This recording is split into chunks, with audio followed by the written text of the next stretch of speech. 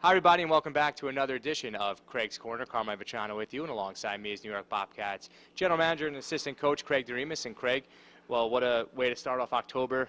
Win last Wednesday, and then you guys welcome in the Vermont Lumberjacks and New England Wolves, and had a nice sweep at home for 2 games before heading to the EHL Columbus Day Showcase.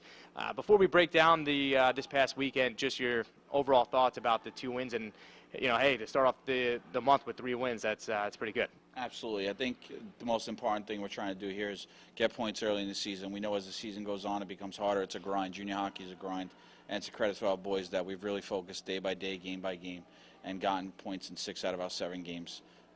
Obviously the win in Hartford was a nice win. It's a divisional win, a big game that we came back and battled it. And then we've talked about home ice dominance with our group early on and taking advantage of our building, and I think we've done a good job of that. I think Coach Kerr speaks about our team defense, and I was proud of our team. Only giving up 2 goals this weekend in 6 periods of hockey, so that's a good sign going forward. And for us, it's just continue to keep our foot on the gas and get wins and get points early in the season. That game Saturday, the New England Wolves come in. I know we talked about it before that weekend, that their team, pretty much no stranger to the EHL. They've always kind of fielded a good team. They've actually participated in a couple of showcases in the EHL, and they came out. I mean, they came out strong. I mean, it was, I think, scoreless after the first period, or if anything, you guys were up 3 goals in the second, and then next they kind of get one to make it interested, and a couple of traded goals in the third. You wound up winning that game 5-2, but, they were a team offensively that, was pretty much foot on the pedal the entire game. Absolutely. We addressed it between the second and third period that they were going to come out and take it to us early, and kind of disappointed that we didn't match their intensity and focus early on, but also proud of the fact that we did respond, never let them get closer than 2 goals and come out with the win. They are a good club, and I think you hit on the team. They're no stranger. They're no slouch of a team. It's a good win by our club, and despite their early record, I think the Wolves will be a team to be reckoned with down the road. And then on Sunday, a quick turnaround in the morning, the Vermont Lumberjacks come in, and they were on a bit of a losing streak, if you would, and they also played that night before against New York Applecore. And again, you don't want to take a team losing like that lightly, just because of the fact that they pretty much don't have anything to lose, and they're pretty much more the dangerous team. And again, it was kind of slow. You guys were able to get a 2-goal lead and then eventually win 4-0. So again, kind of that same message after that Wolves game to kind of repeat against the Lumberjacks? Absolutely. I think Coach Kerr did a good job getting the guys focused early in the morning on Sunday and talk about Vermont being a wounded dog per se. In the back of our mind, we knew they were a hard-working team. Again, we battled them tough in preseason, and we also watched a lot of their film. We knew they played a good game Friday night versus Northern and lost 4-1.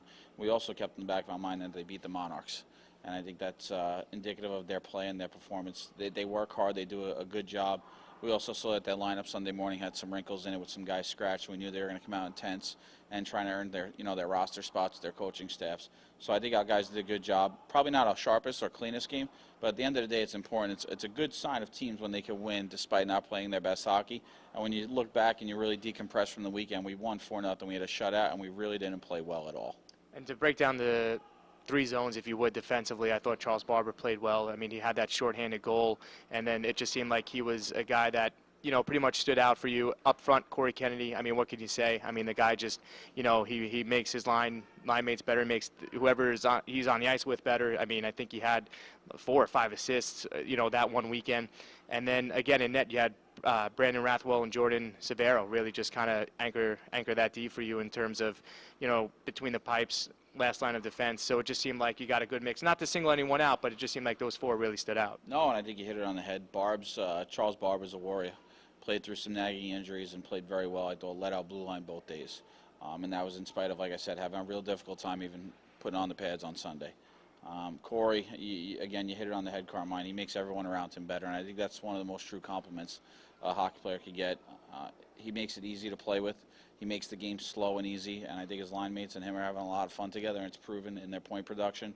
Him, C.J. Totillo, and Ian Harris have led us early on and really been dynamic and dynamite in most of their games. And then in net, our 2 goalies give us a chance to win every day, and I think for those guys, that's the least you want every day. Whoever we put in net, regardless on a given day, we know we're going to get solid goaltending. We know we're going to have a chance to win. Both of them have outstanding numbers early on, and truth be told, I think 2 quality goaltenders that a lot of Division I schools should be paying some serious attention to.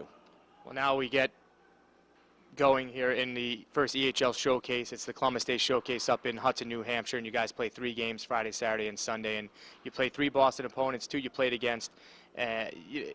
in a showcase like this, when it's kind of, systems go, I mean, it's kind of a little bit, I feel like, expedited in terms of the games itself. And, even though they are 4 league points, I mean, how do you get your club ready for something like that? You and Kevin Kerr and the rest of the coaching staff to kind of, play 3 games, in 3 days and just try to keep that focus. I think the most important thing is to break it down, not look at it 3 games.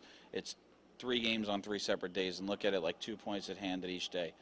We know all 3 teams very well. We ended the Junior Rangers season last year, lost to the Bandits in the playoffs, and Walpole's obviously a common opponent for us. Having played the Bandits and Walpole once each already this year, we know what they're about. We'll watch video. We'll do our homework. The Junior Rangers we've done our homework on already. We know all 3 games will be tough, but I think the important part for us is don't focus on 6 points. It's focus on 2 on Friday, 2 on Saturday, and 2 on Sunday.